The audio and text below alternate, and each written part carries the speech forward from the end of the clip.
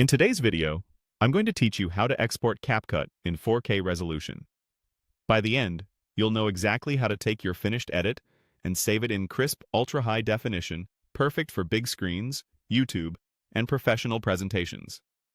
First, open CapCut. You can use either the web version in your browser or the desktop or mobile app. Whatever you're already editing with works fine. Make sure you're signed in to the same account you used to create your project so everything is available. From the home screen, go to Recent Projects. This takes you straight to the edits you've worked on most recently, which is usually the fastest way to pick up where you left off. Choose the project you want to export. Give it a quick skim on the timeline to confirm everything looks and sounds right, since whatever you export is exactly what will be saved. If something needs a tweak, do that now. It will save you time later. When you're ready, click Export. This opens CapCut's Export panel, where you set how your final video will be rendered. Don't worry, we'll keep it simple. Next, click Download. This ensures the file will be saved locally to your device rather than just to the cloud.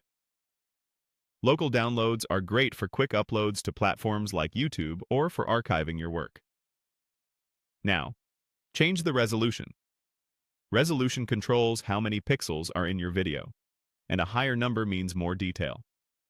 For true UHD quality, you want 4K, which is 3840 by 2160 pixels. Keep in mind that higher resolution can increase both the render time and the final file size. Select 4K. If your original footage was shot in lower resolution, CapCut will upscale it. That can make your edit look cleaner, but it won't add detail that wasn't there in the first place. Still, exporting in 4K can be helpful when your platform prioritizes higher resolution streams. With the settings locked in, click Export. CapCut will start rendering your video.